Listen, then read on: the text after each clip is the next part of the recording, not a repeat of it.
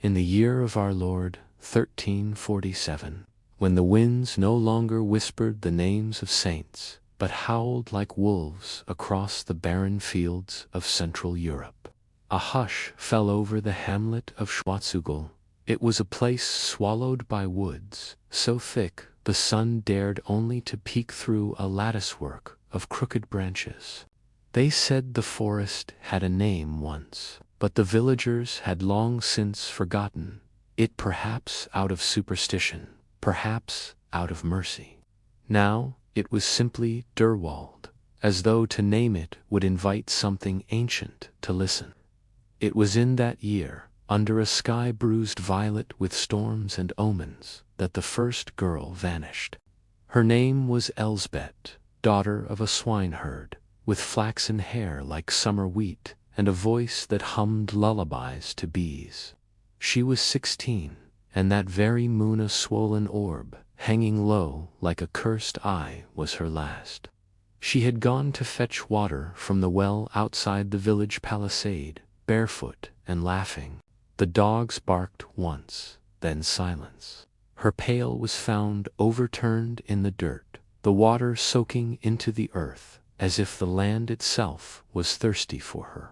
The villagers muttered prayers in Latin they barely understood, crossing themselves with muddy fingers. The priest, Father Rayner, said it was wolves, but even the children knew. No wolf leaves, no blood. One disappearance was tragedy. 2 would be fate. 3, the villagers whispered, was something older. When the second girl vanished, it was exactly 1 moon later. A girl named Adela, who spun flax beside her dying mother. The house was locked from within, the latch bolted. Her mother said she had fallen asleep, and when she awoke, the fire had gone out, and her daughter was simply gone. No broken window, no opened door, only a faint scent of lavender and the claw marks on the inside of the wooden lintel. By the 3rd moon, no girl dared go out past dusk, yet still, it happened, one after the next, always on the full moon, always without a trace. Each family kept a tally, scratched into their hearthstones, who had gone, when, and whether they were seen again in dreams. The forest began to encroach, then, like a hungry animal. Trees moved, ever so slightly, closer. The path to the chapel became a tunnel of shadow. Birds stopped singing. Livestock miscarried. And in the pulpit, Father Rayner began to preach, not from the gospel, but from a leather-bound codex none had seen before, its pages inked not in black but in crimson. The villagers were too frightened to argue, too tired, too poor, too vanished. But one girl, Lena, the blacksmith's niece, began to write. She kept a diary beneath the floorboards, under the broken tile no one thought to mend. And in her spidery, half-taught hand, she recorded the whispers she overheard, the dreams her cousin confessed, and the sound she heard on the night of the full moon, the flapping of wings made of bone. She wrote of her grandmother's stories, of a thing older than the church, older than Rome, older even than the language they spoke. Lena's writings would never be found by the villagers, but we have them now, preserved, strangely, in a collection at a university that no longer exists, destroyed in the fire of 1913. With a village, no map records.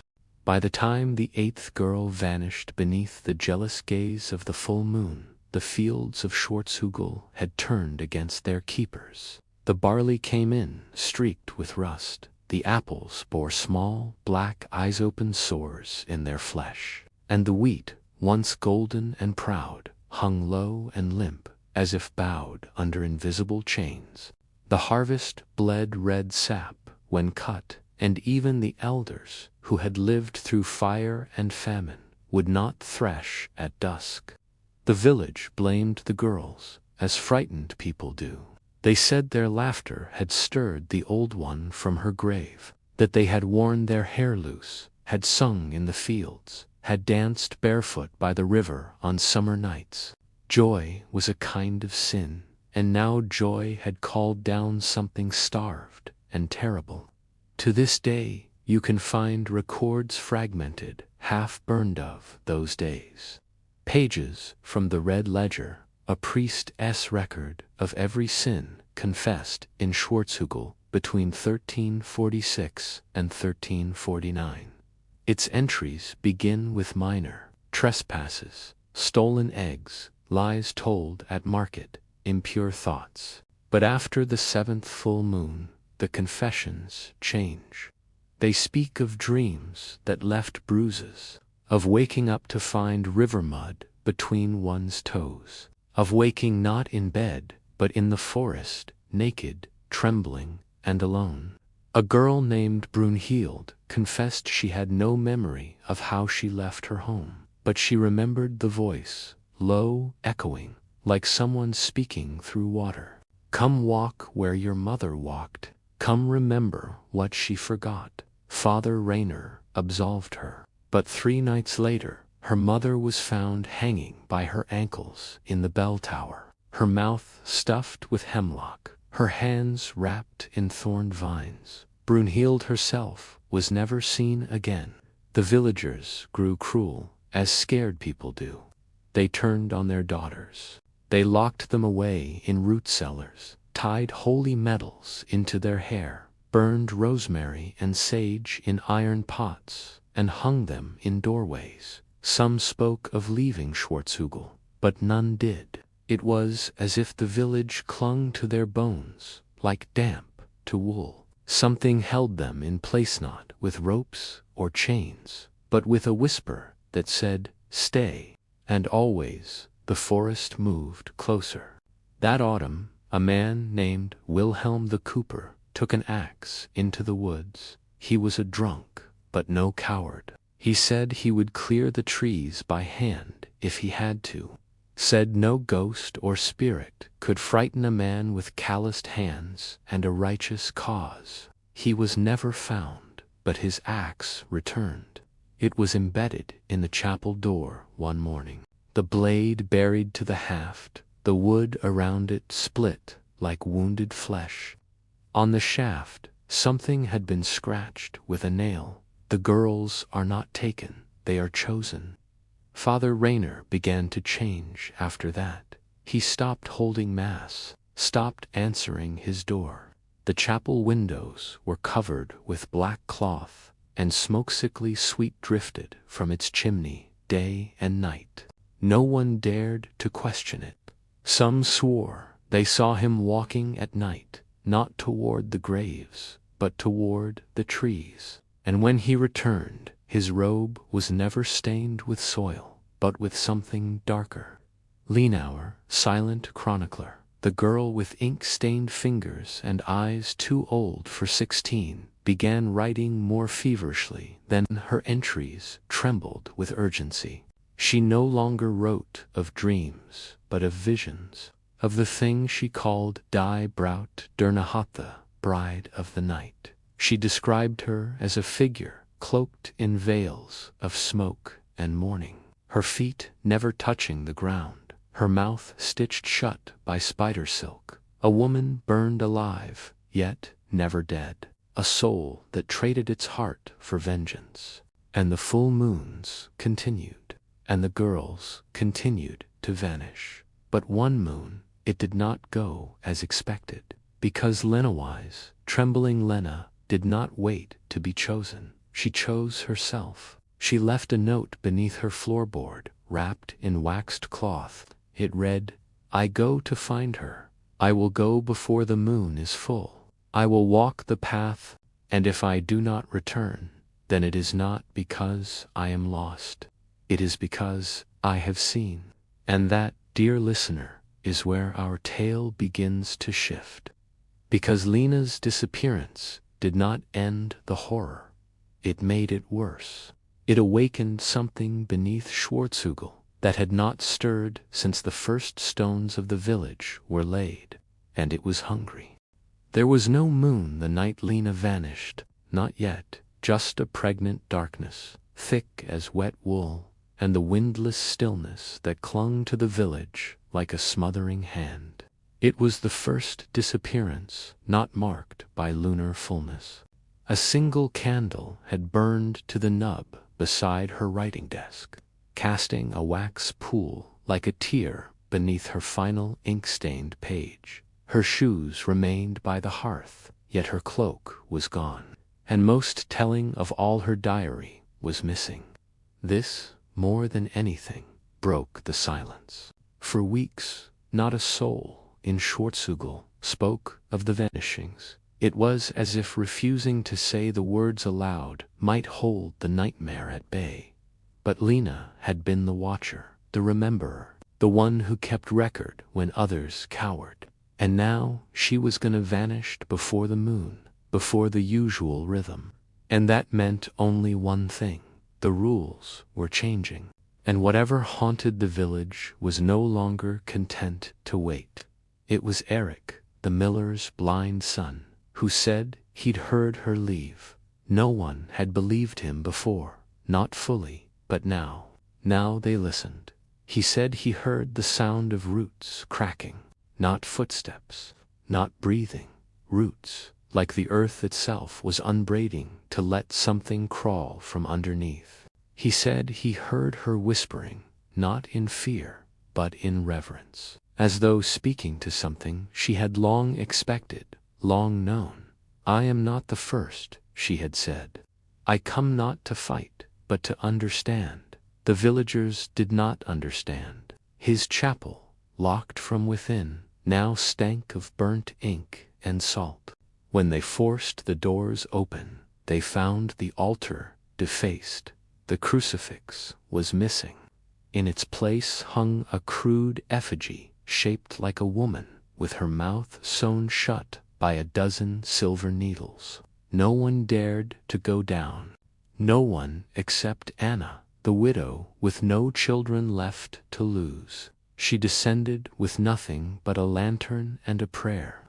She did not scream, but when she returned, her hair had turned white as frost, her eyes milky with horror. She spoke only once before her mind fled forever. "There are bones beneath the chapel that do not belong to the dead, and she is waiting, not to punish, but to be remembered." The elders sealed the stairway with lime and iron. They did not speak of Anna again. And yet, something had shifted in the bones of the village. You could feel it in the wind, the way it hissed through the keyholes. You could taste it in the bread bitter, as if kneaded with ash. Chickens laid eggs, streaked red. Milk curdled at dawn. Infants would not sleep. And the treesboo, began to creak at night, though there was no breeze. Some began to whisper that it was not the girls who were cursed, but the land. That Schwarzhügel had been built on the bones of something buried, something betrayed. And perhaps it was. Dreams not of the devil, but of a woman weeping beneath the roots of a yew tree. A woman wronged not by heaven, but by men. Men who had feared her power, her knowledge, her bloodline. A healer, some said, a midwife, a moon reader, burned as a witch, buried alive, they claimed, beneath the chapel where prayers would never reach her. Lena wrote of hearing her name in the rustling of branches, in the sighs of the wind through chimney stones. She called her mother Erde, Mother Earth, but not the fertile goddess of song and spring. No, this was a mother betrayed, a mother gone cold and vengeful, a mother who remembers the names of her daughters and who will not rest until they are returned. On the next full moon, 2 girls vanished, but this time something else was left behind. A wreath, woven of thorned vine, hung upon the chapel door, and nestled at its center, Lena's diary, burned around the edges. But one passage still legible. "I have seen her face. She is not a demon. She is not an angel. She is what we become when our suffering is buried, and no one sings of us again." The villagers wept, and Schwarzhügel began to rot. In the wake of Lena's diary's return, no child sang again in Schwarzhügel. The air itself felt bruised thick, bruised and heavy, as if mourning. Men no longer ventured into the forest, not even for firewood. They burned furniture, ripped floorboards, tore down their own fences just to keep their hearths alive, lest the dark slip in with the cold. Even the ravens had fled, leaving only silence and the occasional unnatural rustling, always in threes, always just behind you. 3 weeks passed without another vanishing, and some dared hope it had ended, that Lena had bargained, or worse, taken their place. But on the 25th night, after the full moon, that illusion was cut short. It began with the well. Water turned black. No explanation, no storm, no known rot or pestilence. Just black thick as blood, glistening like oil. And worse, it whispered. Those who dared to draw from it claimed they heard names. Not voices, not cries, but names, spoken softly. Names of the girls who had vanished. Names of their mothers. Names of their grandmothers. Names not uttered in years. The villagers sealed the well with stone and lime, dug new holes farther away, deeper and deeper, but the earth refused to yield. No water came up, only mud, only bone fragments, only silence. The land had turned against them. And then came the tolling. At exactly midnight, once every 7 days, the chapel bell rang. No one pulled the rope, no one stood watch. Yet the bell rings 7 times, slow and deep, and with each toll a new horror. The first time, all dogs in the village were found dead the next morning. No wounds, just lying still, as if called elsewhere. The second, every mirror cracked, even those hidden away, even the silver-plated ones passed through generations. Shards arranged themselves in spiral patterns across floors and tables. The third, every infant in the village wailed in unison, then fell silent for a full hour. Eyes open, breathing, yes, but not blinking, not moving, as if listening. The fourth, Anna the widow, died. She was found seated in her chair, eyes open, mouth agape, in a scream that had no sound left to give. Her hands clutched the hem of her dress so tightly her nails had broken off in the fabric. Carved into her walls so deep they nearly broke through the beams was a sentence, repeated in crude, jagged strokes. She remembers. No one dared ask who. By the 5th tolling, half the village had packed what they could and tried to flee, but none returned, and their wagons, days later, were found near the tree-line, empty, horses missing, wheels intact, no sign of struggle, just red cloth tied to the branches above, fluttering gently like warnings. Those who remained did so not from courage, but paralysis. The fear had entered their marrow, and the land held them like flies in amber. They forgot how to plan, how to hope. Some forgot how to speak. And through it all, the forest moved still closer. Lena's diary, rescued again by unknown hands, now showed new pages. Pages no ink could have written. They appeared overnight, written in charcoal and pressed wildflower, smeared with soil and dried nettle. No one dared touch it, but they read. The land remembers the pact. The daughters were not offered, they were taken. Now the toll must be paid. She comes not to destroy, but to balance, to bury what was buried.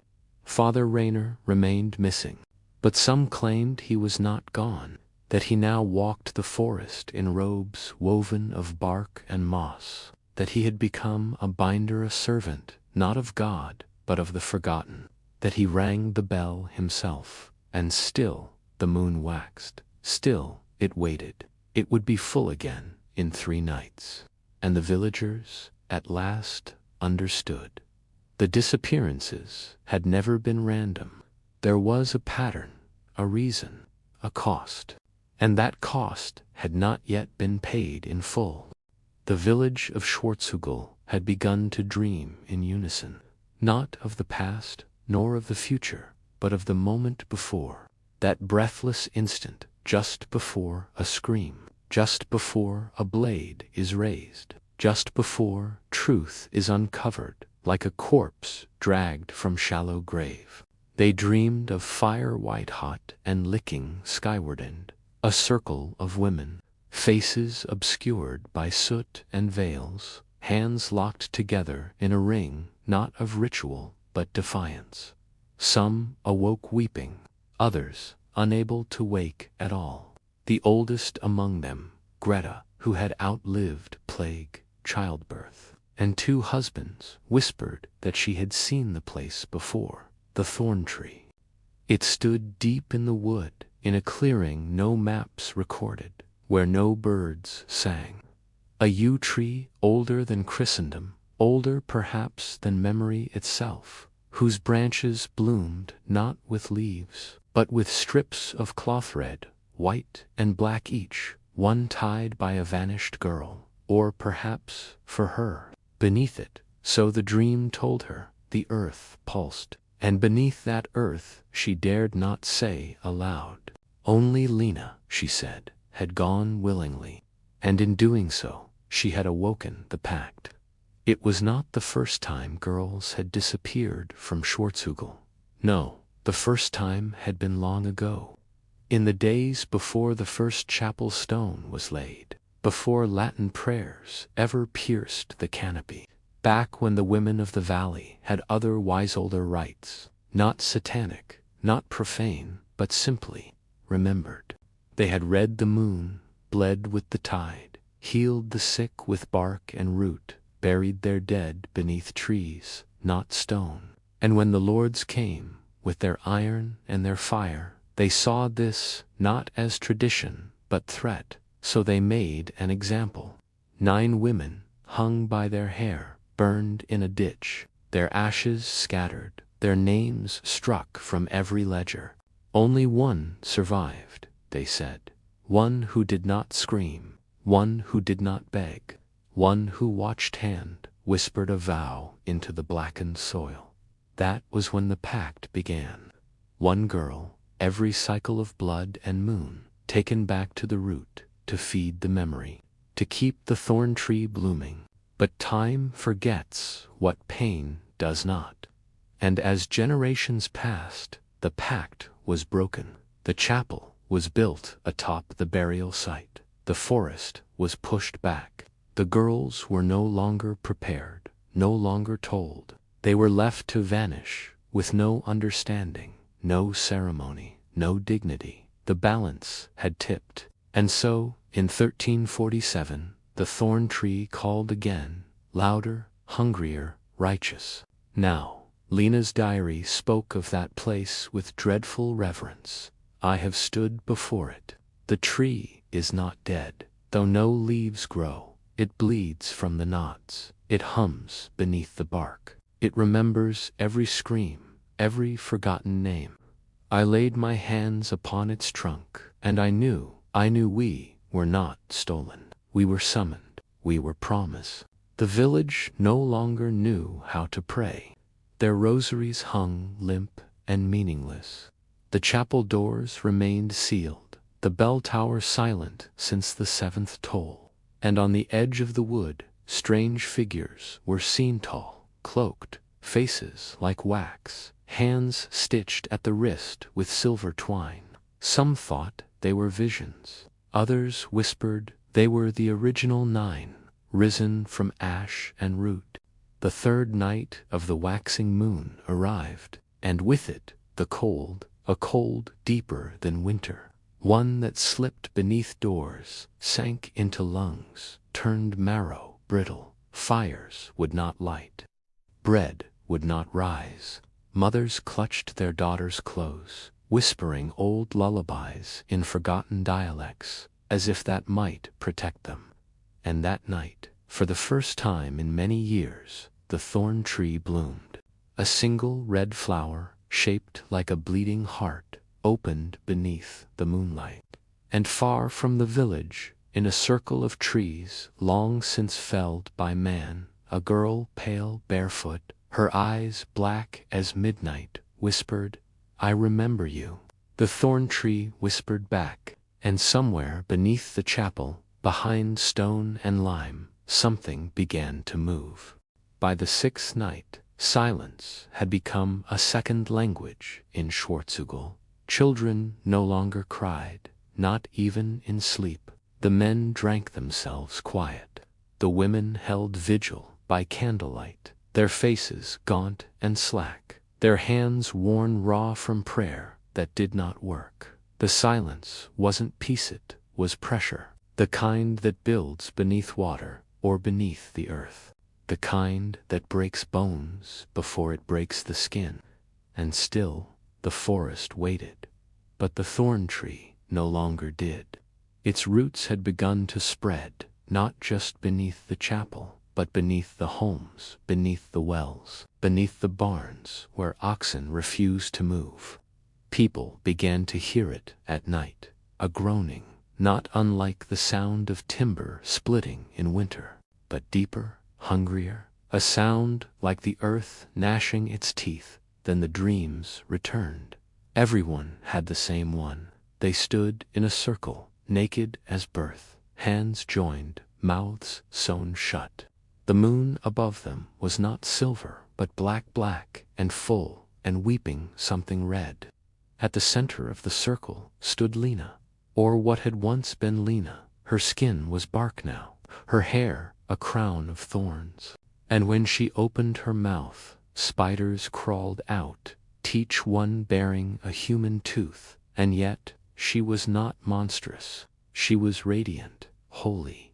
The next morning, 3 villagers were missing. Not girls this time, elders, those who had been children during the last burning, those who had once spoken the old tongue but chose to forget. Their homes were undisturbed, their beds still warm. But in the center of the village square, something had been left behind. 3 white stones, perfectly smooth, each marked with a single drop of dried blood. Below them, a message, scratched into the frost with a broken fingernail. The root remembers.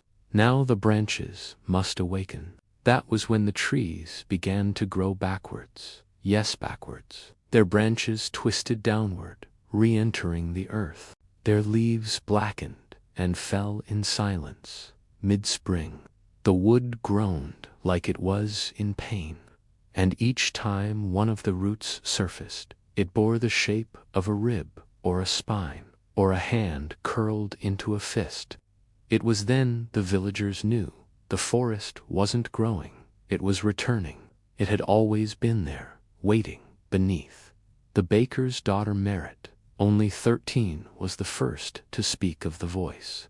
She said it came from beneath the hearth, a woman's voice, calm, gentle, not threatening. She said the voice sang to her, not songs she knew, but lullabies older than scripture. She sang one aloud in the village square, and every woman over 40 began to cry. Not weep, cry, open-mouthed, wordless grief, as though something had been unlocked in them, something that had been buried alive for years. They could not explain why, only that the song had been passed through generations, once sung at births and burials, before the church declared it pagan foolishness, before it became dangerous. Myrrh spoke again. The voice says the thorn tree is not a curse, she whispered. It is a door, to where she would not say. But Father Rayner had known. The villagers found his journal 2 nights later, hidden behind the altar stone, beneath a false floor marked with a carved symbol, a circle of thorns, with 3 branches reaching inward. The pages were nearly ruined with mildew and blood, but what could be read chilled even the hardest hearts. I was wrong to seal the roots. The old rites were not witchcraft, they were memory. We built the chapel on her grave. Her rage is not vengeance, sit is mourning. He ended with a confession. He had known what the well truly was. It was not built for water. It was built for containment, not of something evil, but of something forgotten. A bride buried beneath stone. A mother denied mourning. A healer branded a witch. She had waited, patient, rooted. But when the girls stopped listening, when their bloodlines were broken, their names erased her grief, curdled into hunger. And now she called to her daughters once more, to awaken, to remember, to come home. There was no dawn that morning. The sun did not rise over Schwarzhügel, not hidden behind clouds, not shrouded in mist. It simply did not come. The sky remained a deep purplish blue, like a bruise that never fades. Birds no longer flew. The rooster did not crow. The hours passed, but the light never changed. They called it the night that lasted. And the first sign that the veil had thinned came just after the 6th hour of that false dawn, when the mothers awoke to find their daughters' hair bound in knots. Not simple tangles, no, knots braided with uncanny precision, twisted like sigils, knots threaded with root and thorn, with red thread no one owned. Even girls who had slept alone, behind locked doors, with no comb or hand but their own, the knots were still there. Each unique, each pulsing with something unspeakable. Merit, the baker's daughter, wept when her mother tried to undo them. She tied it for me, the girl whispered. She said I'd need it when the path opened. What path, child? Merit only looked toward the forest. That evening, the thorn tree shed every cloth tied to its branches. Dozens, hundreds of red, white, and black ribbons fell to the forest floor, dry and weightless. Some were rotted, others fresh as if tied yesterday. Many bore names stitched in thread, faded and unfamiliar. One, found by the edge of the stream, had Lena's name on it. Her thread was black. A hunter named Tomas gathered the cloths and burned them, thinking to break whatever spell lingered. That night, he was found nailed to his own front door, naked, tongue missing, eyes open.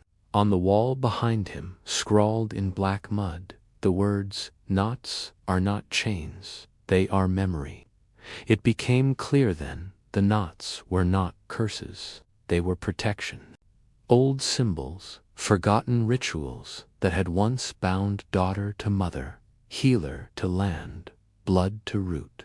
Each girl had been marked, not by evil but by lineage, and the one who had marked them was no specter, she was family. That same night, the bell tolled for the 8th time, but this time it did not stop. It rang once, twice, 3 times. All through the night, 24 times in total. Each toll a cry, each cry a name. With each ring, the knots in the girl's hair tightened. Some bled, some wept, but none tried to remove them now. Not anymore. They understood. The forest was calling them home. By the 12th toll, every candle in Schwarzhügel had extinguished itself, not blown out, sucked dry. Wicks turned to ash. Wax melted upward, defying gravity. And in every hearth, the same image appeared. A hand drawn in soot, fingers outstretched, palm facing upward. An invitation. By the 24th toll, the village was no longer asleep. It was waiting. They gathered in the square, silent, breath steaming in the moonless air. Girls stood beside mothers, who now clutched them, not with terror, but recognition. Fathers wept without knowing why, and above them all, the sky split not with lightning, but with song, low, mournful, a chant in a language no one remembered learning. Yet all could sing, and from the edge of the forest, the thorn tree shuddered. Its bark peeled back like skin, and from within eyes opened, not human, but many, like knots in wood, like memories that would not fade. And the path did open, a path paved in bone-white stone, lit with blue flame, leading deep into the forest toward the heart of what had once been buried. And every girl who bore the knots began to walk, not in fear, but in return. The villagers did not stop them. They did not scream, nor clutch at hems, nor wail into the unblinking sky. They simply watched, hollow-eyed and breathless, as the girls of Schwarzhügel 12 in all walked the white bone path into the dark, barefoot, unhurried, as if answering a summons older than their blood. The sound was not like footsteps on stone, but like rain on dry leaves, soft, rhythmic, holy. With each step, the air thickened, heavy with myrrh and sap. The forest, once hostile, opened around them like a great cathedral. Branches bent back, trees leaned in, not to strike, but to witness, and behind them, the village held still as tombs. Even the wind refused to move. Merit, the youngest, led them. Her eyes were closed, but she did not stumble. Her, not a crown of scarlet and gold, seemed to glow faintly in the darkness. Each girl behind her bore her own pattern. Their braids held bone charms, pressed flowers, black iron pins, symbols passed down through hands that had once dared to remember the old ways, before the priests had scraped them out with Latin and fear. As they entered the clearing of the thorn tree, time bent. The moon, absent for days, now blazed high and full red as rust, veined like a heart. And beneath it stood the thorn tree, no longer still and solemn, but alive. Its roots pulsed, its bark opened. From its base poured mist like breath from the lungs of the dead, and she was waiting. The bride, she stood not above the earth, but within it, half emerged, her body a fusion of woman and wood. Veins of root ran beneath her skin. Her eyes were black with centuries. Her mouth, once stitched shut, had broken open, not with pain, but with purpose. She did not speak. She did not need to. The girls heard her in their blood. They dropped to their knees, and from the branches above fell the names, written on strips of hide, on fragments of cloth, on yellowed vellum, names of the taken, the forgotten, the erased. They fell like rain. They fell like blessings, and each girl caught one. Merit held hers to her chest and wept. It was her grandmother's name, a name never spoken, scrubbed from church records after she bled out during a forbidden birth. A midwife burned in shame, blamed for a lord's stillborn heir. Now her name was returned, not in accusation, but in honor. Each girl stood. Each girl held a name, and then the bride raised her hand. Not to summon, not to demand, but to offer. Behind her, the thorn tree split open, revealing stairs, not made of stone, but of bone, polished, smooth, sacred. The girls did not ask permission. They began to descend into the earth, into memory, into the place where the pact had first been made. And above, in Schwarzhügel, the wind finally returned. It howled through shutters, it whispered in chimneys, and it carried a voice not heard in generations. They remember now. The silence is broken. The root has spoken. The branch bears fruit again. The villagers wept. And for the first time in centuries, they were not afraid. The stairs led downward for what felt like hours. There was no end, no sense of descent, only the feeling of falling slowly through time, as though each step stripped away a century. The air grew warm, then hot, then cold again, not like wind or temperature, but like memories shifting, slipping past the skin. The walls were slick with root and fossil. Hands brushed carvings that moved beneath the fingers. Symbols too old for language, wounds too deep for history. The girls did not speak. Their breath came in rhythm, like chanting without voice. And when the last step ended, they entered the womb of the world. A great chamber, circular and immense, breathed around them live. Its walls were bone and root, veined with sap that glowed a pale green. The air pulsed. In the center of the space stood a stone table, worn by time and fire, surrounded by 9 standing stones. Each stone bore a figure not carved, but grown. Shapes of women, formed by root and bark, posed not in agony, but defiance. Some were old, some young, one pregnant, all faceless, yet familiar. These were the first 9, the ones who had bled the pact into the earth, the ones burned by the lords, silenced by the priests, forgotten by their daughters. But here, in the deep below, they were not damned, they were enthroned. Merit stepped forward, not because she was chosen, but because she knew where to go, what to do. She placed her strip of hide, her grandmother's name, upon the stone table, and the chamber sighed. One by one, the girls followed. Each laid their name in the center.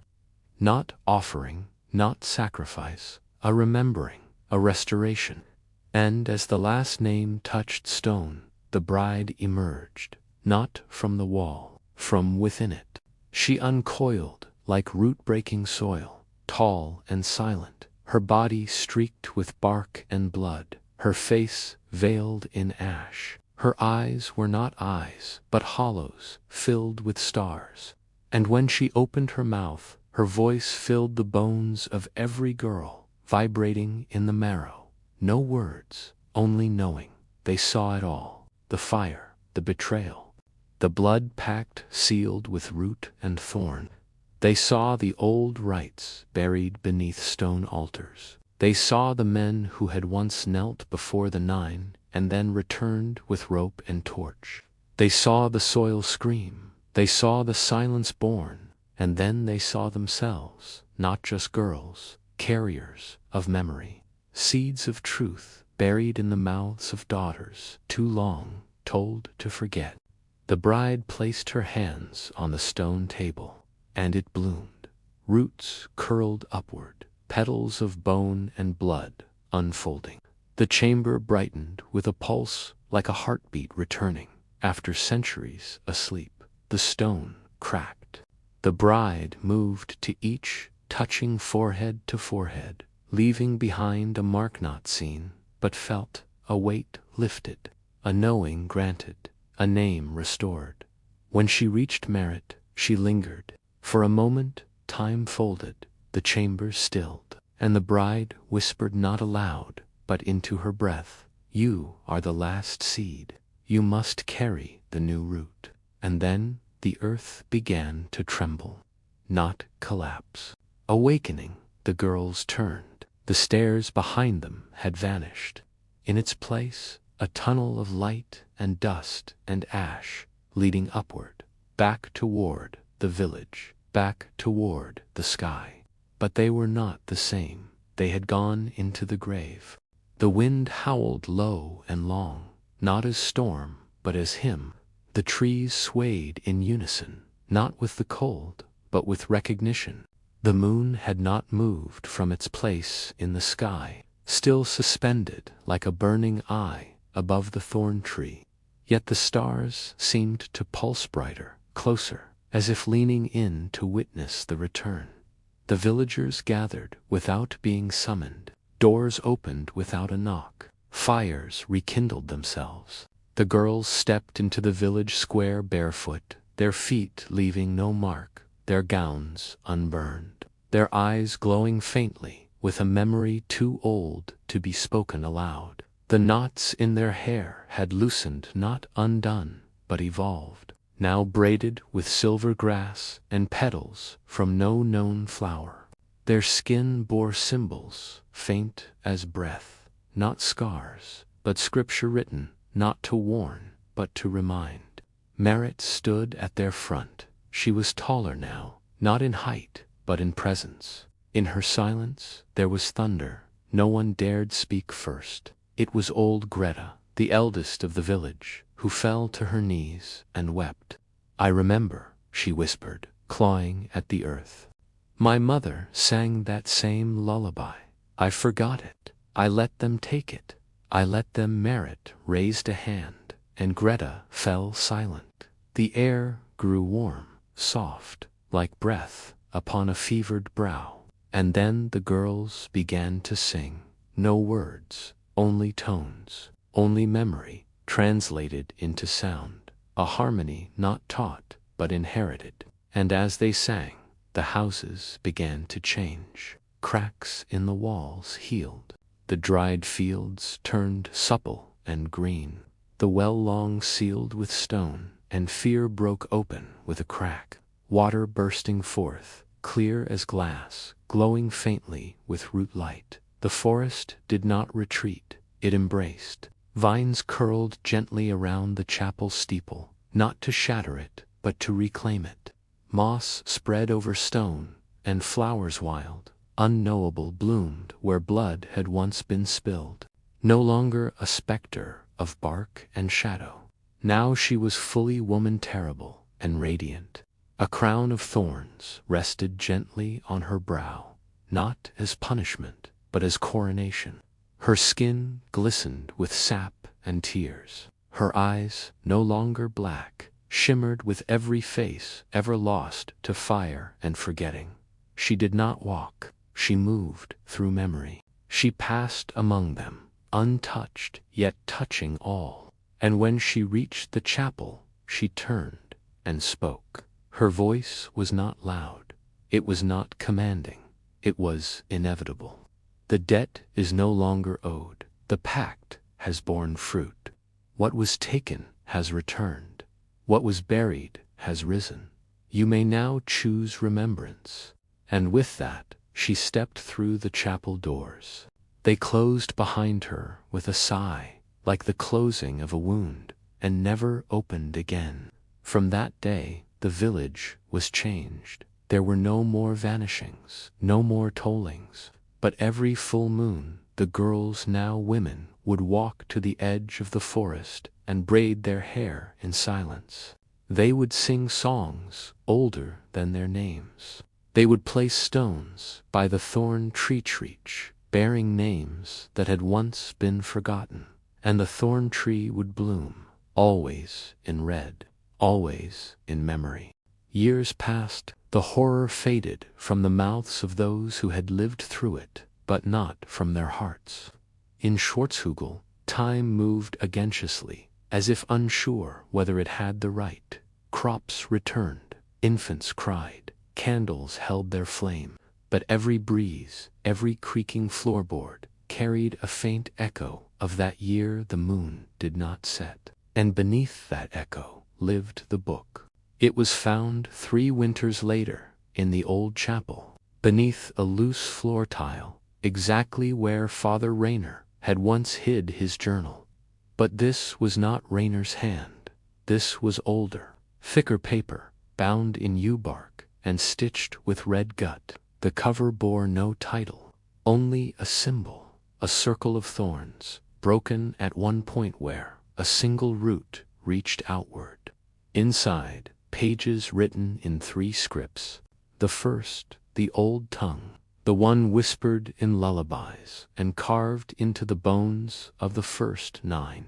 The second, the village dialect rough, slanted, often misspelled, but written with urgency. And the third, the flowing ink of Lena, yes, her hand, her words, dated not from before her disappearance, but after. The book told the full story, not as myth, as record. A testimony from beneath the roots. Lena had not died.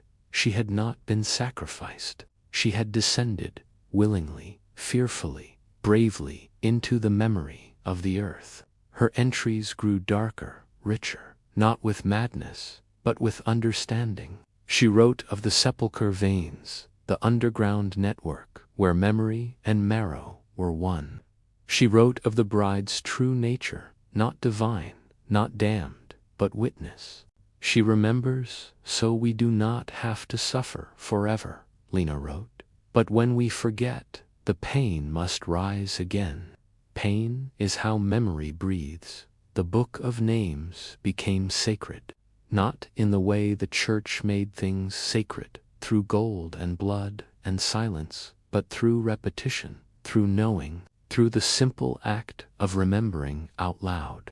Each season, the village held a night of knots, not a festival, a vigil. Women gathered in the square and braided each other's hair, whispering the names of their mothers and their mothers before them. Girls who had never vanished, girls who had died in childbirth, girls who had run into the woods and never returned. Names not found in any church record, and the book grew. Every year, new names were added, not just girls, healers, midwives, dreamers, the ones who knew the wind's direction before it turned, the ones whose silence had been mistaken for weakness, even the names of those who had once denied them because the book did not demand purity, only truth.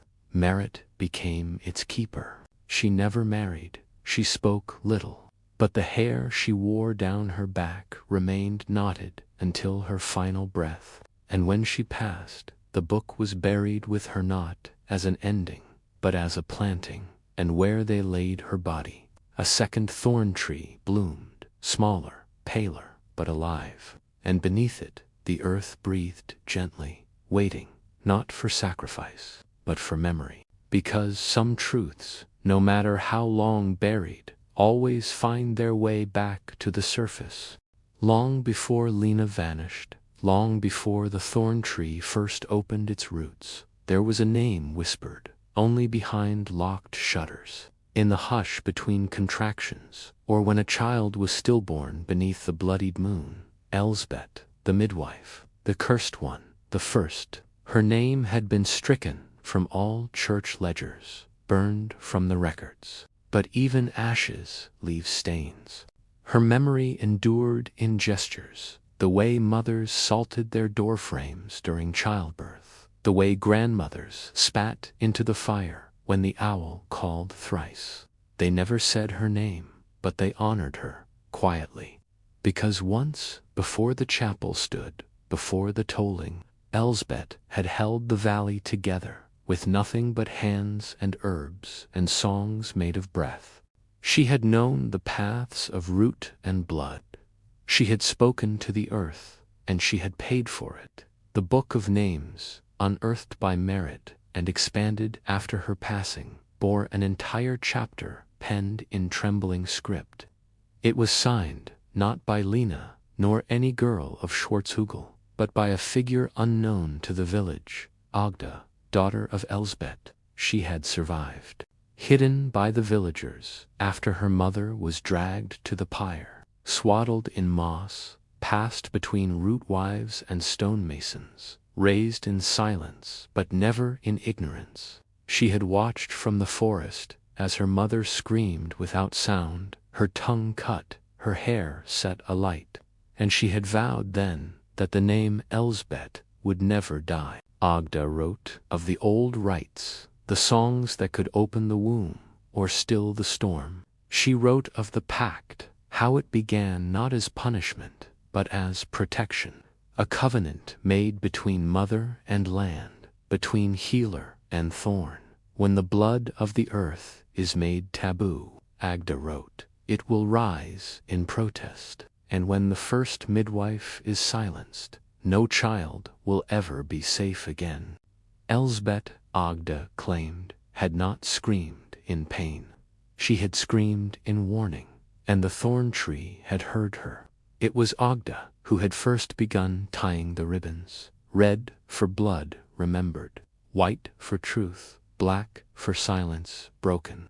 It was she who taught the girls in secret, passed on the knots, the songs, the hidden language of petals and ash.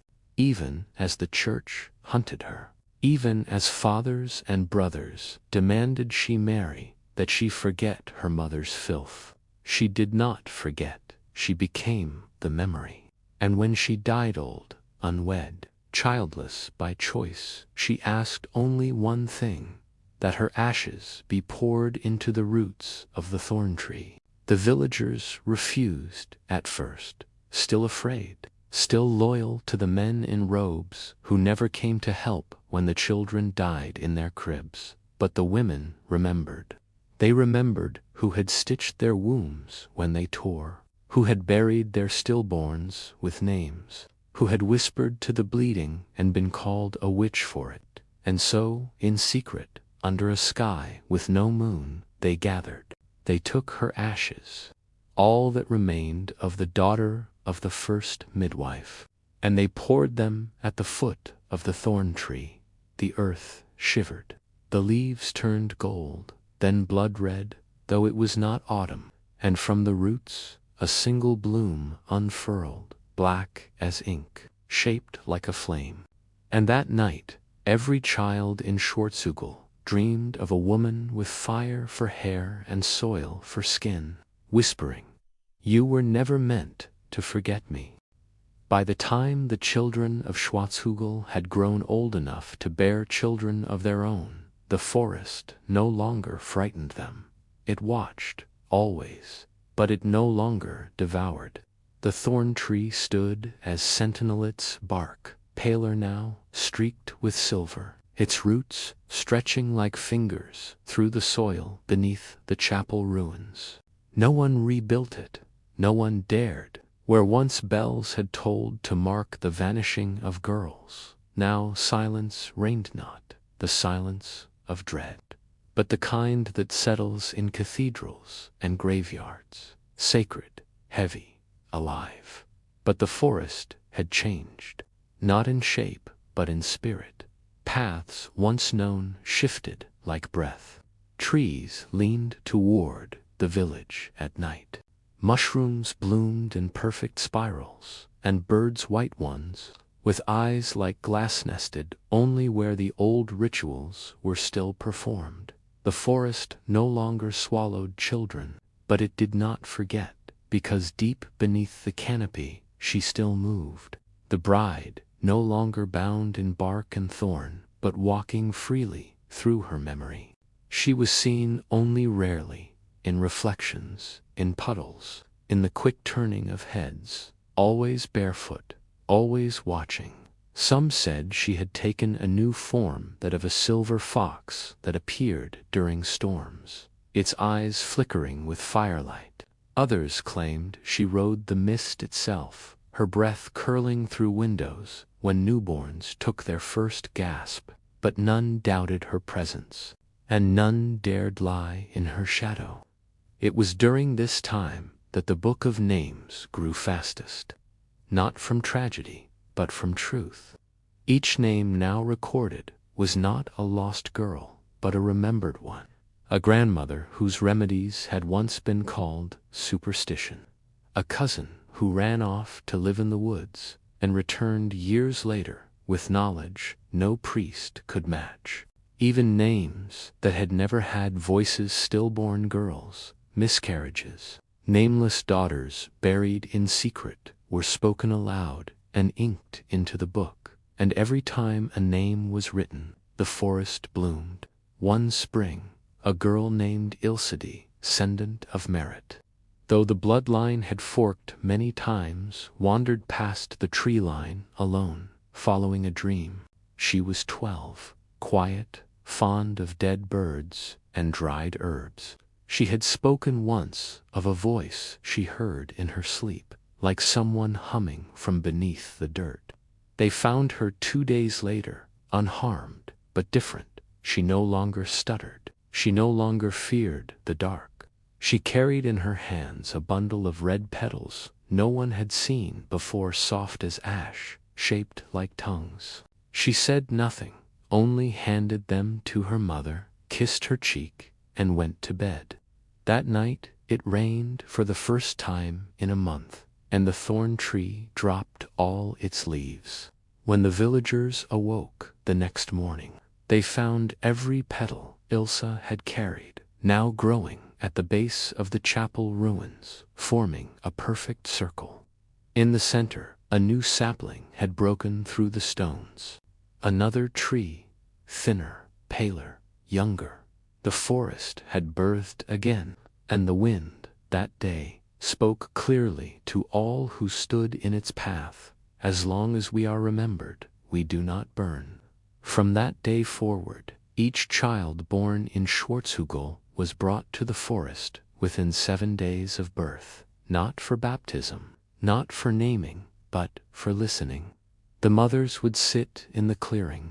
They would hold their babes against their breasts and wait. Wait for the wind, for the forest to nod. And when it did, the child's name was whispered into the bark of the thorn tree knot, carved, not written, only spoken. And so it was known, and so it was kept, because the forest had learned, and the villagers had remembered. And the names would never be burned again.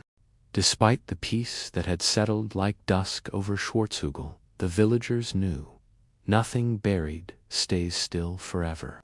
Not in that soil, not in that valley, not where grief had been fed for centuries. The thorn tree's sapling grew fast, too fast. In a single season, it doubled in height. Its leaves shimmered, not green, but red deep, wine dark, veined like skin. Birds refused to perch on it. Children, even those raised in the new rites, spoke of dreams they could not explain. Dreams of tunnels beneath roots, of something vast, pulsing below them, like a second heart to the land. They called it the Red River. No map marked it, no scripture named it, but it flowed always beneath their feet. And sometimes, when the rains came too heavy, or the snowmelt came too soon, the river rose, not to the surface, no, but close enough for the soil to sweat. And when it did, red mist curled across the meadows at dawn. Hares were born blind. Beehives grew silent. And beneath the chapel ruins, a hum could be heard, not of bees, not of wind, but of breathing. It was Ilsa who felt it first. Now 16, she spoke rarely, but always with precision. Her eyes were deep set, her nails always stained from bark and ink. The villagers had come to call her root-born, though she answered to no name at all. She claimed that on the first day of the red mist, she heard voices below her bed. Whispers, yes, but not threatening. They asked questions. Do they still remember us? Do the daughters sing our names? Are we allowed to come home yet? Ilsa didn't answer them. Not at first. She listened, and on the 7th night, she sang instead. A single note, low, vibrating the wood of the walls, the floor, the air itself. And in the chapel ruins, the new thorn tree bent toward her window. Not violently, but as a parent might lean to hear a child cry. That spring, something emerged from the soil beneath the chapel. A root. Yes, but shaped, not like any plant the villagers had seen. It resembled a spine, smooth and straight, ivory white, with ribs branching from it like antlers. At its tip, a small knot of wood that pulsed faintly with light. It did not rot, it did not smell, it simply was. Ilsa claimed it was not dead. It's a memory, she whispered. A piece of the first. She held it for hours each day, pressed to her chest like an heirloom. Her mother wept, begging her to bury it again, to burn it, to forget it, but Ilsa refused. "If we bury it," she said, "it will return louder." The root was placed in the village square, wrapped in cloth and flowers. A shrine, they called it, but it was more than that. It was a marker, a declaration, that what had once been buried would now be honored. From that day forward, the Red River rose, once a year always, on the same date, the anniversary of Lena's descent. And when it did, the villagers did not run. They opened their windows. They placed bowls of milk and thyme at the threshold. They braided their hair with black string. They sang, because the Red River was not a curse, it was a reminder that something ancient flowed beneath them, not to destroy, but to keep watch. And so Schwarzhügel endured, not through denial, but through remembrance. Because even rivers of blood can nourish if we remember who bled. No one in Schwarzhügel could remember exactly when the feast began. There had been no proclamation, no priest to bless it, no parchment nailed to the chapel's door. It began, like most things in the village, with a whisper. A woman left a slice of bread by her window on the night the red mist returned. Another lit a candle and placed it in the hearth, though no one was cold. A third, very old, hummed a tune no one had sung since before the Lords came, and when she finished, she said aloud that one was for her. The next year, more followed. The Feast of the Forgotten. It was held not at a table, but everywhere. Every doorstep, every field edge, every crooked bench beneath the yew trees. People left offerings, salt, bread, ribbons, hair, bones, wine, poems written in the dirt. They did not say who they were for, but they all knew it was not a feast for the dead, it was for the disremembered.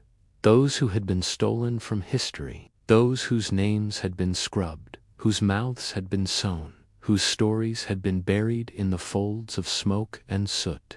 On the first night of the feast, the sky always turned the color of rust. The thorn tree dropped its first petal, and the Red River whispered louder beneath the soil, as though listening.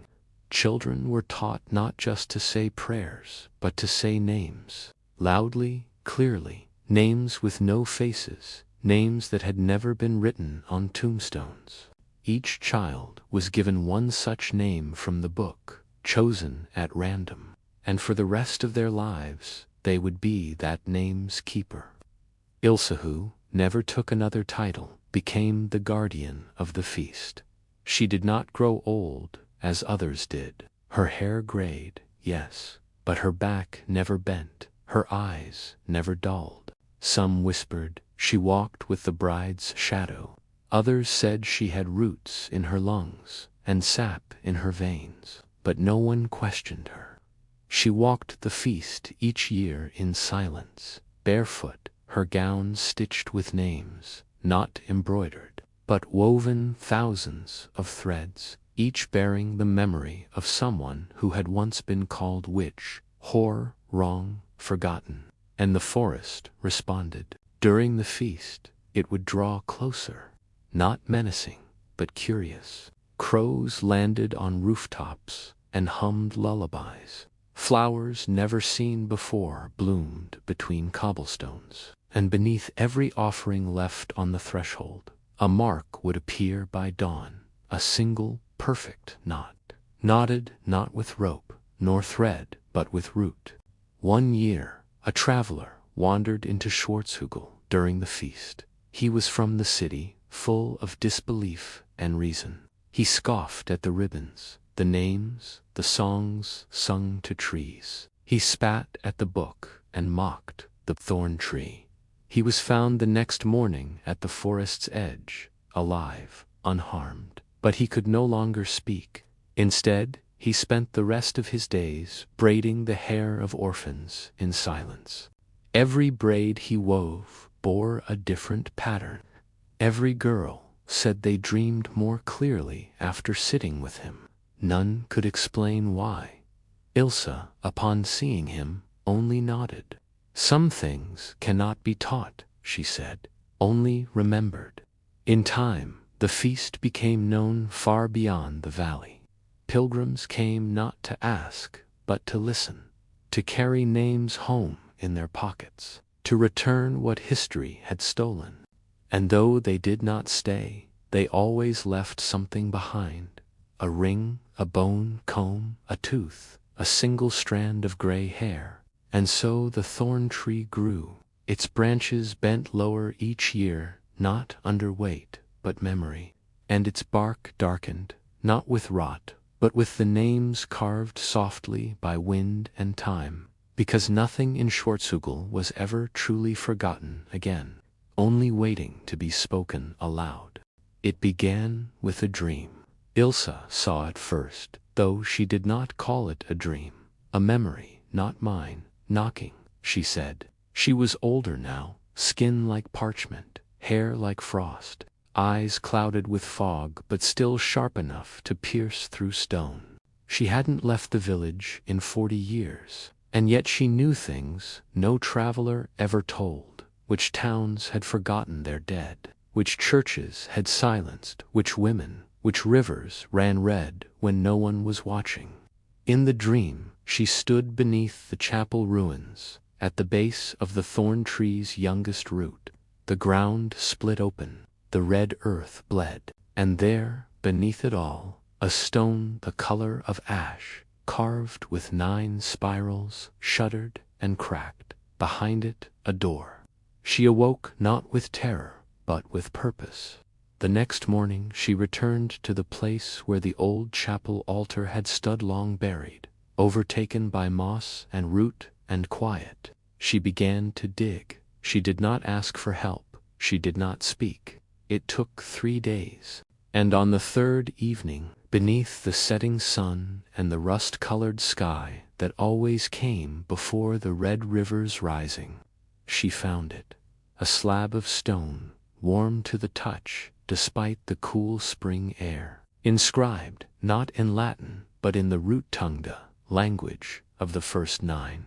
The villagers gathered, silent. Even the children, usually wild with spring joy, stood still. No one asked what it was. They all knew it was her door, the door of the one who had first whispered to the roots, who had birthed memory from grief, who had been buried alive beneath the tongues of men, the bride. But this was not a tomb, it was a threshold. And Ilsa, keeper of the names, placed her palms on the stone. She sang, not aloud, but with her bones, and the stone answered.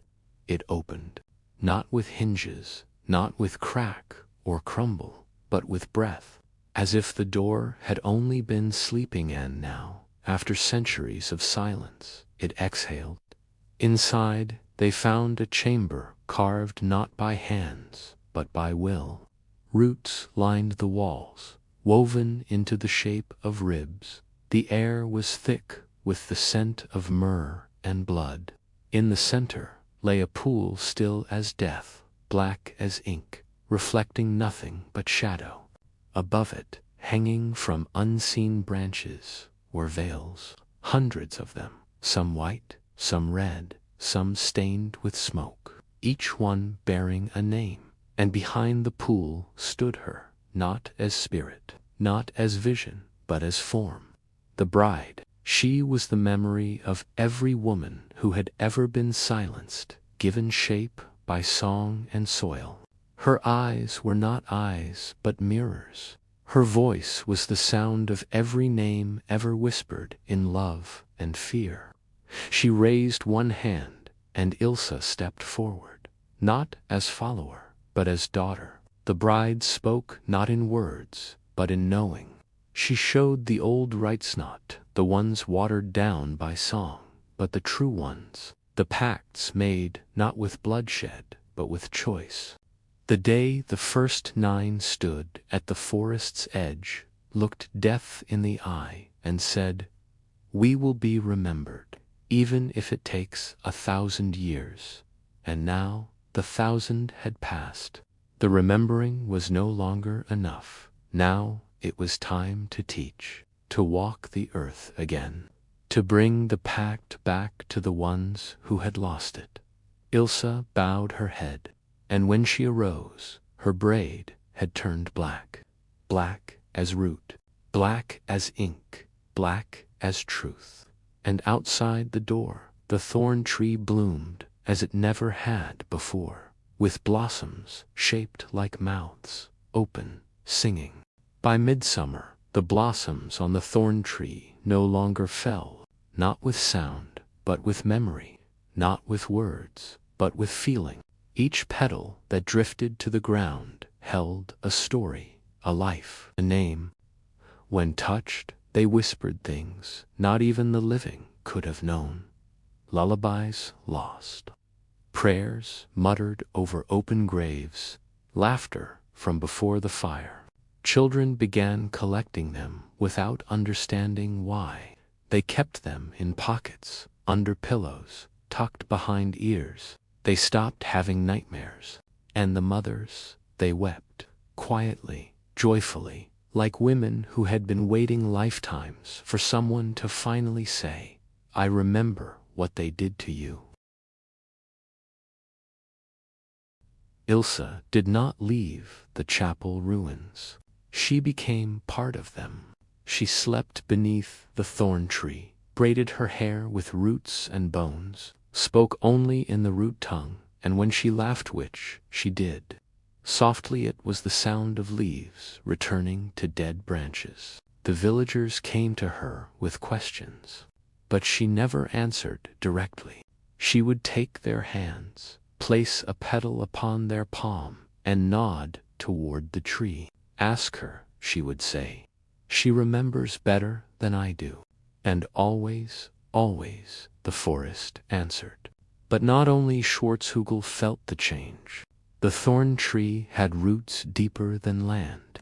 It drank from the Red River, and the Red River flowed beneath them all, across the plains, beneath cathedrals, under cobbled streets and burnt fields, under cities built on silence, under kingdoms carved from forgetting. It moved like a slow, blood-fed tide. And so, elsewhere, other things began to stir.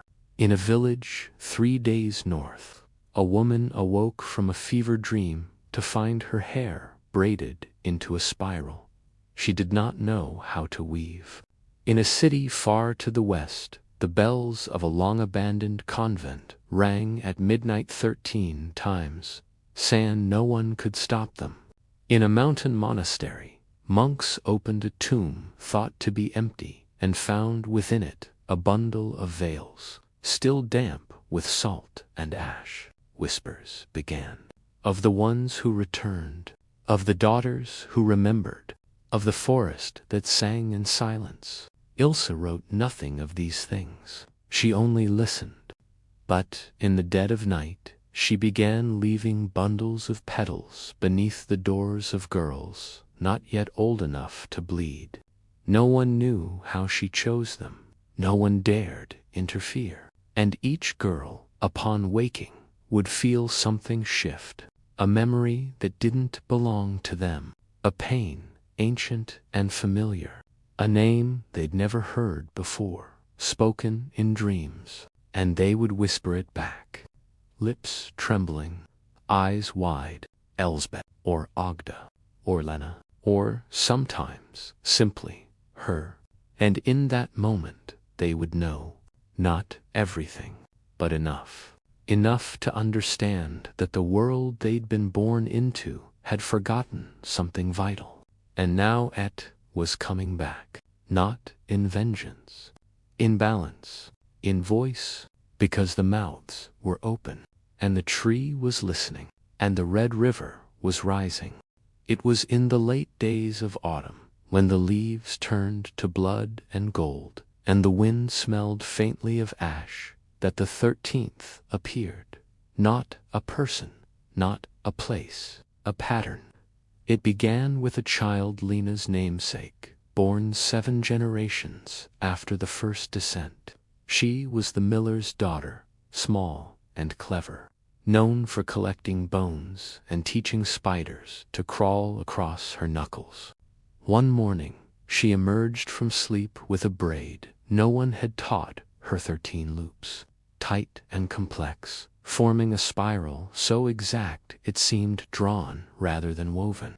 When asked who had tied it, she simply said, "The tree." The women of the village gathered, not out of fear had long withered in Schwarzhügel.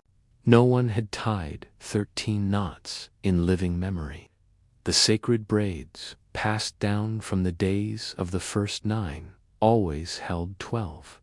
12 for the girls, 12 for the vanished, 12 for the ones who remembered, but now 13, the final knot, the one no hand dared weave, the one not taught but received. Ilsa, frail now, her hair the color of dust, came forward on her cane of wood and bone.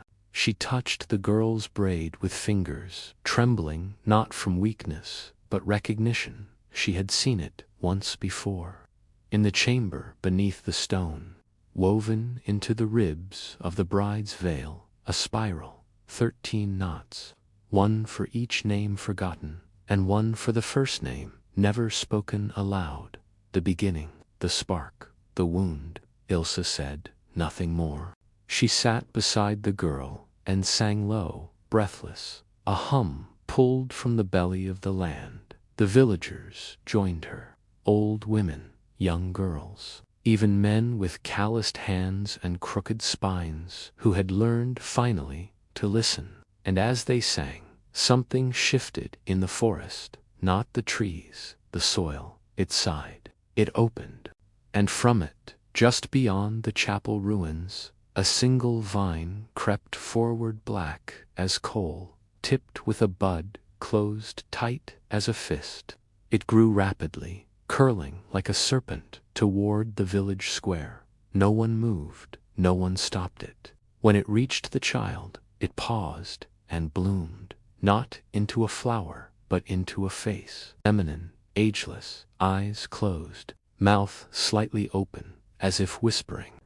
The girl reached out, and the face exhaled, a warm gust of airage with thyme and blood and wood smoke. She smiled and said, "It remembers me." The villagers fell to their knees, because they all knew what they had just seen. The 13th had come. The first name never recorded. The first mother never mourned. The first loss never spoken aloud. And now the spiral was complete, the pattern whole, the cycle ready to begin anew. But not as before, not with fear nor sacrifice, with knowing, with truth, and with the name that would never be forgotten again.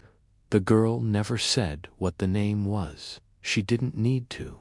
The thorn tree bloomed in silence that night, 13 flowers, each facing a different direction, each one watching. And from that moment on, every braid woven in Schwarzhügel held a secret 13th loop, small, hidden, but there, waiting. By the time the 13th knot became tradition, Schwarzhügel was no longer just a village. It was a living thing. It pulsed, not metaphorically, literally. The red river beneath its soil throbbed with a rhythm that mirrored the human heart. The trees no longer rustled, they breathed. The air shimmered at times with colors no painter could catch, and the birds, when they sang, seemed to echo voices long buried. Visitors came rarely now, not from fear, but from reverence. Those who arrived with silence in their hearts were welcomed. Those who arrived with noise in their minds were turned gently away by wind, by root, by rain that never touched the ground, but whispered, "Not yet." The people of Schwarzhügel no longer wrote letters. They wrote in braids, in petals, in veils tied to trees that were never cut, only spoken to. Children learned to read, not with books, but with names, taught to listen to the pitch of the wind, to recognize which memory the soil carried on a rainy day. The book of names had grown too large to be carried. It now rested in the hollow trunk of the bride's tree, bound not in leather but in time. New names were spoken aloud, pressed to bark, and absorbed. It was said that if you leaned close to the tree, you could hear them murmuring softly, like 1,000 women humming the same song in harmony. And Ilsa had grown translucent. Her voice came less from her mouth and more from the air. When she walked, Petals followed. Her hands left impressions in stone, not from pressure, but memory. The villagers no longer saw her eat or sleep or bleed. And on the night of the final red mist, when the red river rose highest, and the thorn tree bloomed black and white and red at once, Ilsa lay beneath the tree and spoke her last words. Now she walks with you. They found her the next morning, wrapped in a veil made of hair not woven, but grown from the earth around her. Her body was gone. In its place, a ring of 13 stones, warm to the touch. And beneath the center of those stones, a heartbeat, faint but steady. The village held no funeral, only a listening. They gathered around the stones, pressed their palms to the soil, and waited for the name that would come next. Because that was the truth the 13th Knot had unlocked. The forest was not a place, it was a remembering. The thorn tree was not a symbol, it was a tongue. The red river was not blood, it was story. And Schwarzhügel was not a village anymore. It was a wound that learned to sing. It stretched beneath the skin of every girl who had ever been told to lower her eyes, to quiet her voice, to forget what her grandmothers screamed into the night. And now that skin rippled across the hills and valleys of every forgotten place. New trees bloomed in distant lands. Braids appeared in hair unbraided for centuries. And dreams, always dreams of a woman, with veils for eyes and soil for skin, whispering, always whispering, your name is still here, just beneath the roots. As winter descended on Schwarzhügel, the snow fell not white but gray, ash gray, soft as memory, bitter as burnt silk. The villagers did not fear it. They knew this season well. It was the time of veiling, when names that had not yet been spoken gathered beneath hearths, behind windows, within the folds of old scarves. Children were warned not to whisper into the fire, for the flames were listening, and once a name was heard, there it could not be taken back. This was the oldest truth. Fire remembers what flesh forgets. Long before the red river, long before the thorn tree grew its first mouth, the world tried to cleanse itself with fire. They called it purity, they called it judgment. But the earth deep, black, patient, knew the truth. They burned what they feared most. And in every flame that rose from the bodies of women accused, cursed, or simply inconvenient, a name escaped. Not upwards, not heavenward, but downward, into the roots, where it smoldered, where it waited. Now, in the time of veiling, these names stirred. They came as sparks, dancing in candlelight, hiding in smoke. They clung to chimney stones. They whispered through the cracking logs. They curled in the steam of tea left untouched. And sometimes, when a fire was left to die alone, they would speak. Do you know me? Do you still carry me? Was it you who screamed last? The women of Schwarzhügel prepared for this. They sang the ash hymn lullaby with no melody, only breath and rhythm. They scattered salt and myrrh.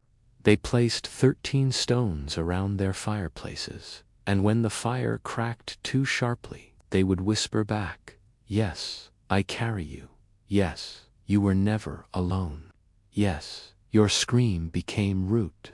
On the last night of veiling, a new flame appeared in the village square. It burned cold blue as moonlight, silent as snow. No one knew who lit it. No one dared touch it. It simply was. At its center lay a single braid, tied with red and black, 13 loops, each loop bearing a mark, a sigil, not from the book of names, but older.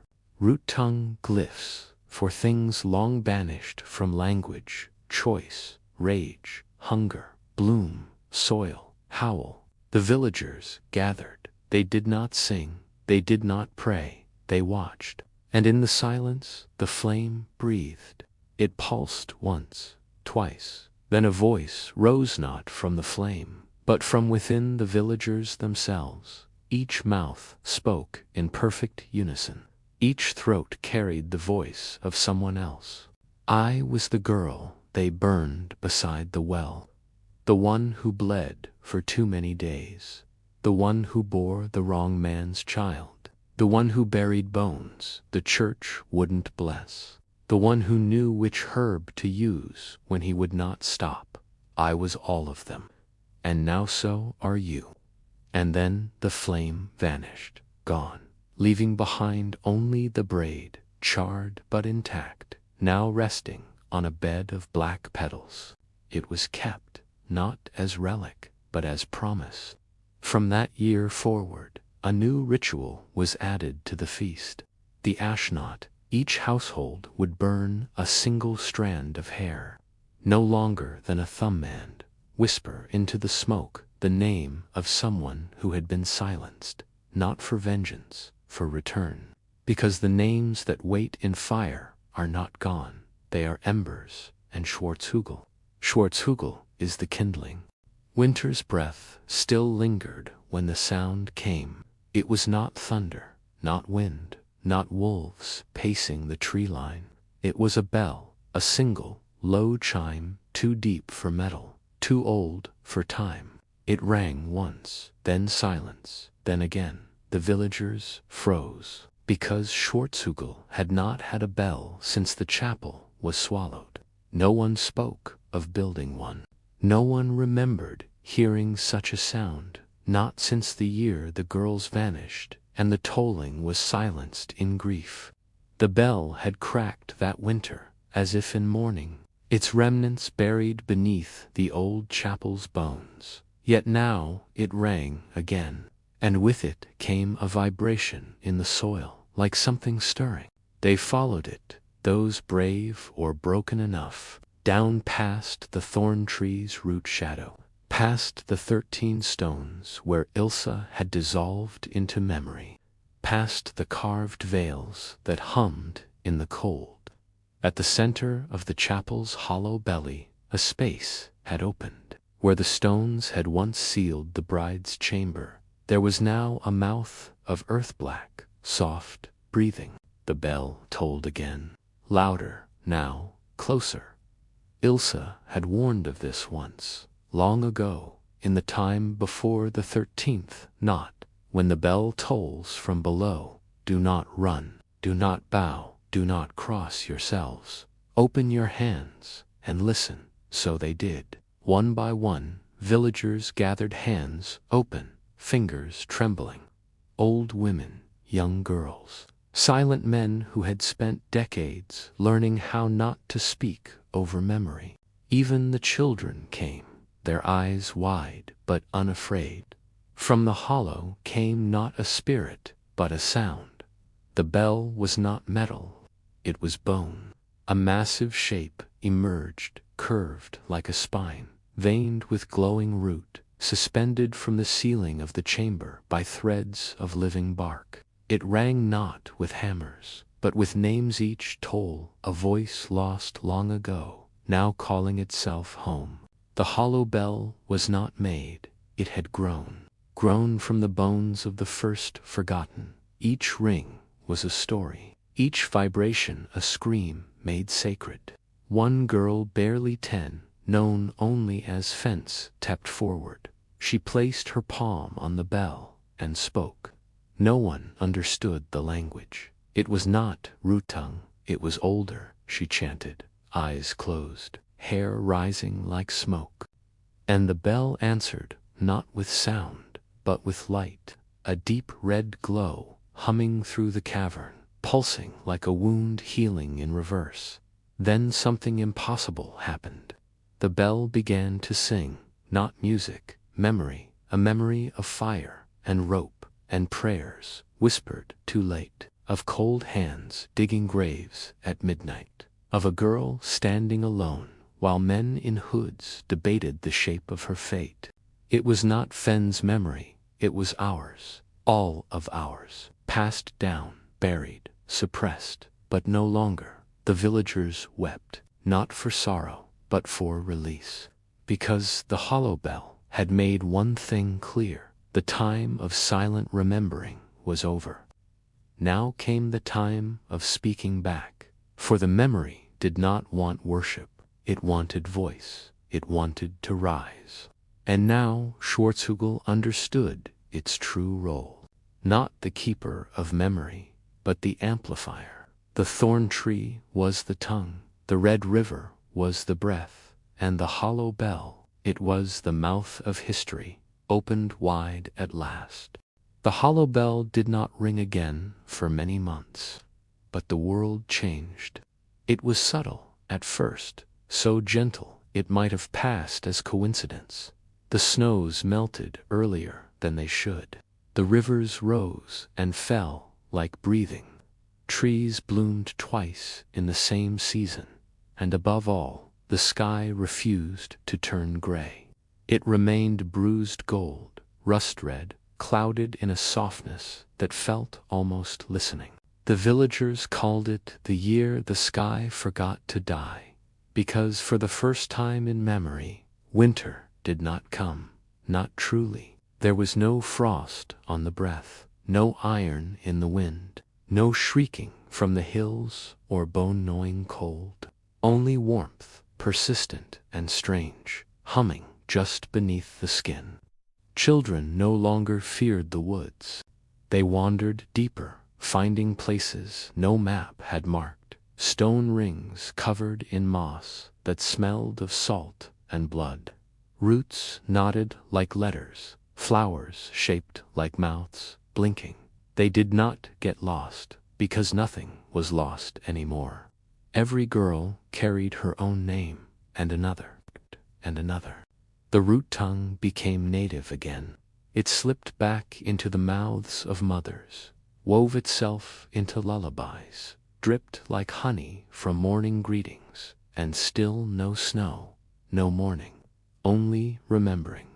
But beneath the joy, beneath the warmth, there was watching, because the hollow bell had not finished its song. It had only begun it. And in the long dusk of that strange warm year, those closest to the tree began to hear the spaces between the tolls. Not silence, whispers, she is coming. Not the bride, she had always been here. No, something else, older, the one who had been forgotten, even by the forgotten. The one who never had a name, not silenced, unborn. Ilsa had spoken of her, once, near the end. A breathless murmur half lost in a thunderstorm. There is a voice still buried.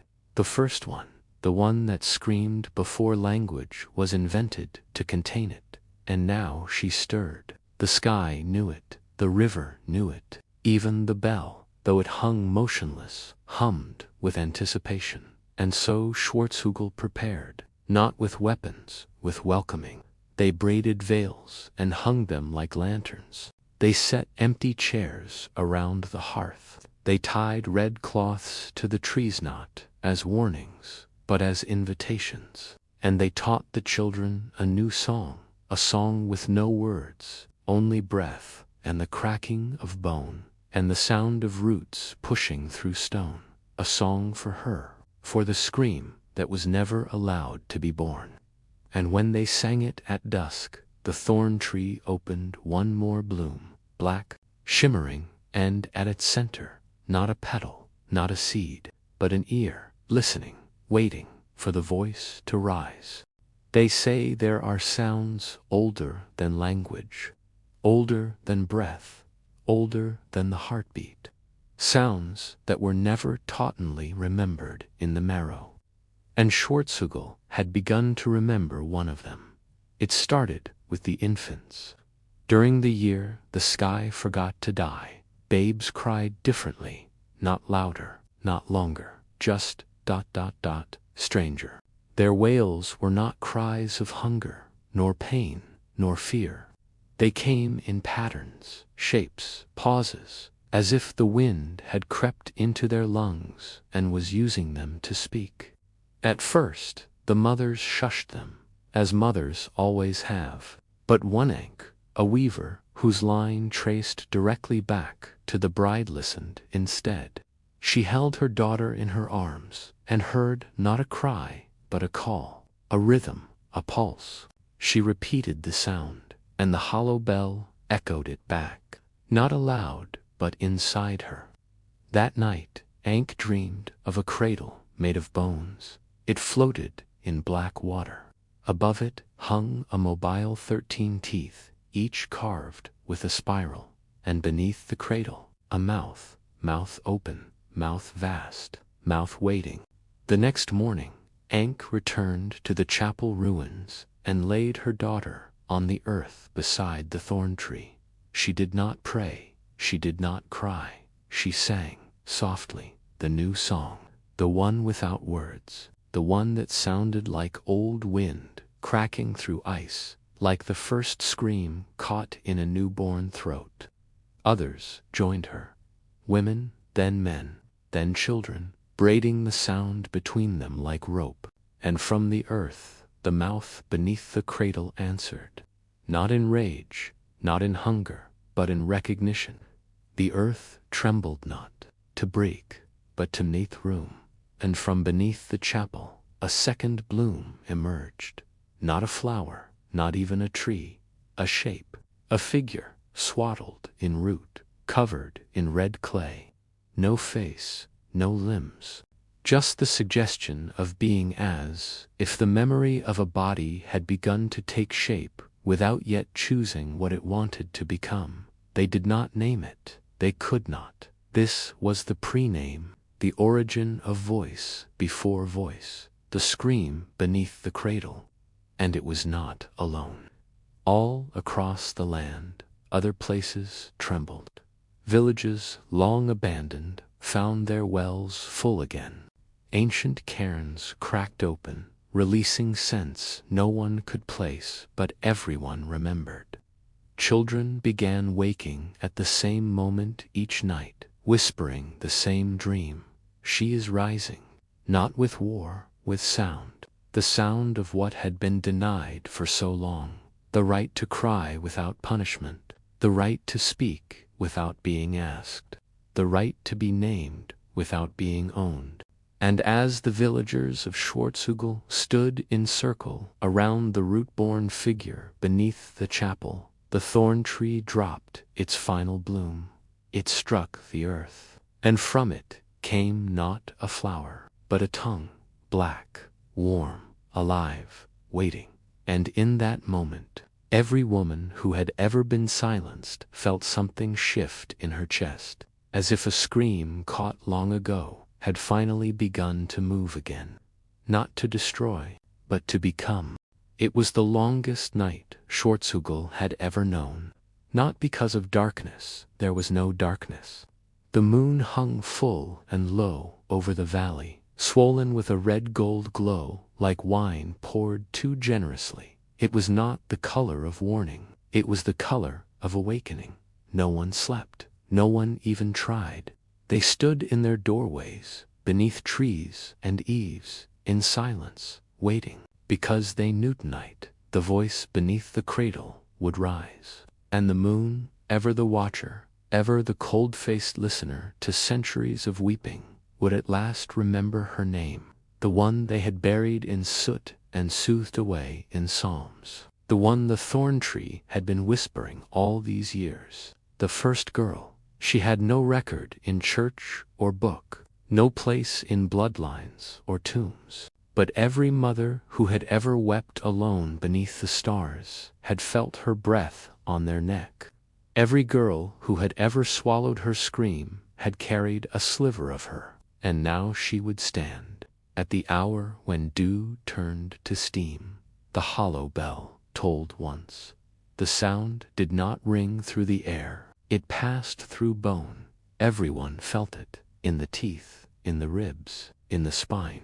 And from the root chamber beneath the chapel, the scream rose. But it was not a scream of agony. It was the sound of silence breaking, the scream of centuries unwinding themselves. It passed through the earth like thunder beneath skin. The thorn tree shivered, the red river sang, and the sky, lit with its pale red eye, did something it had not done in 1,000 years. It spoke. The moon opened, not literally, no, but symbolically, impossibly, beautifully. A slit of black along its center, as though something long hidden behind her face had finally torn its way through. And the scream poured upward into her. The scream became her, the girl in the roots, the names in the bell, the veil, the cradle, the river, the bloom, the knot. All of it rose, all of it became one. And the moon, now trembling with the weight of memory, wept.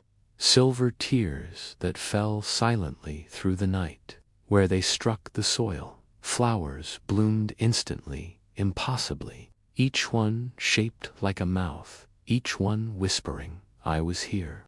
You did not erase me, I remember." By dawn, Schwarzhügel was covered in them. The villagers walked barefoot, their skins stained by petals, their tongues rich with names. The children laughed, but not carelessly. Their laughter carried the memory. And Ilsa, though she was long gone, was seen one last time, not by all, just by the girl with the 13th knot, standing beneath the thorn tree, braid dancing like a banner in windless air, eyes wide and calm. She smiled at Ilsa, and Ilsa, shadowed in the curve of root and sky, whispered, "The scream is yours now, carry it gently, let it bloom." And then she was gone.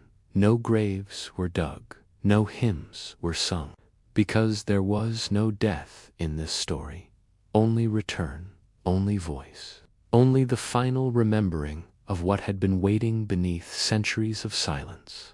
And from that night onward, whenever the moon was full and the wind turned warm, even in the dead of winter, the villagers of Schwarzhügel would open their windows wide. They would braid their hair with black string, they would light no candles, and they would wait in silence for the sound beneath the cradle to rise again, because now the world knew, now it could not forget.